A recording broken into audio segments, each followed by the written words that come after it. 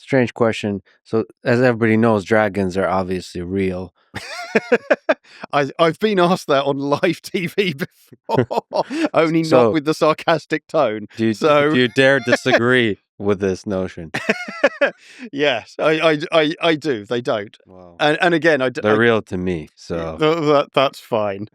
But again, we kind of touched on it, but I think there's probably very little of any kind of paleontological lore that ended up in things like Chinese culture with the Chinese dragons and all of that stuff. That one comes up repeatedly. The only one I do know of, again, from Alberta, is buffalo stones that then apparently some of the Native Americans had, which are actually bits of ammonites. So ammonites, the curly spiral-shelled cephalopods, are related to octopus and squid. So they have all these little segments to the shells, and the right species, when they break open, they have like two little pairs of legs and then a bulge and then a little bulge. And it looks very roughly like a bison. And apparently these were thought to be like somehow miniature bison. They're very rare because, ironically, although the dinosaur bones are extremely common, it was very swampy, and so you didn't actually have a lot of sea coming in. So you didn't tend to get things like ammonites and ocean-going animals, and then the shell would have to break in the right way. But apparently for the local tribes, and sadly I cannot remember who it is in that bit of Canada, but yeah, these were quite valued if you got a buffalo stone. And I've seen a couple of them, and yeah, you have to squint a bit, but as a little buffalo, it's not far off. But that whole, like, were they finding mammoth legs and were they finding T-Rexes, and was this inspiration for this animal or this mythical animal? I don't think they were, because you just don't tend to find them. So where do you think, because dragons show up in a bunch of different myths? Well, right, but that's the thing, they turn up in British mythology, and we barely got any dinosaurs here at all. You only find them when you start digging for coal mines, which we weren't doing in.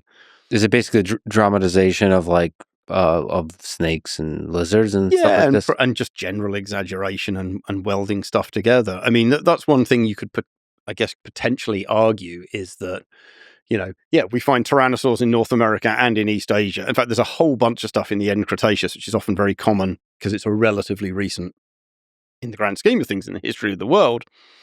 The fauna of East Asia, China, Mongolia, Eastern Russia, is very similar to what you get in Canada and the USA and down in Mexico.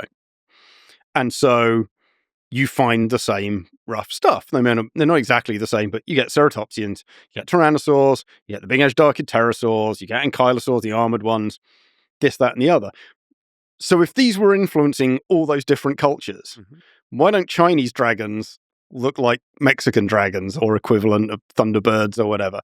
Well, because it probably wasn't influencing them. If they were all seeing the same skeleton, they'd probably all produce the same kind of mythical animals. They all produce different ones. You have to understand, paleontology is not perfect, so they were just misinterpreting. Yeah. I mean, dragons aside, I'm sure, like we said, with the weirdness, there would be creatures that would be remarkable, right? You look at it and you might as well be seeing a dragon. It could be. Yeah. I mean, there's creatures alive in the sea today.